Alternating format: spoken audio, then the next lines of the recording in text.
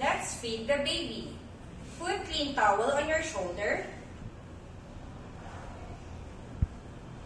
Get the baby wearing a bib. Place the baby in a feeding position like this.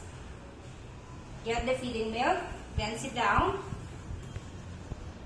Dab a few drops of milk on your wrist if you feel no harm sensation.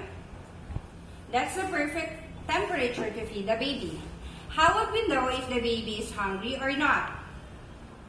By tapping the nipple of this bottle on his mouth like this, side by side. Make sure when feeding the nipple is full of milk to avoid swallowing. Then feed the baby. Feeding time of baby is every 2 hours. Burp the baby every half of feeding of the milk. We have 3 ways of burping. The first one, standing position, tap the back. The second one is sitting position, tap the back. The third one is prone position, tap the back.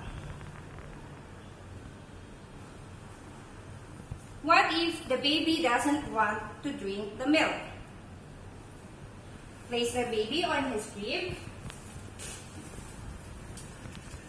Fridge the milk for a period of time, 4 to 6 hours only.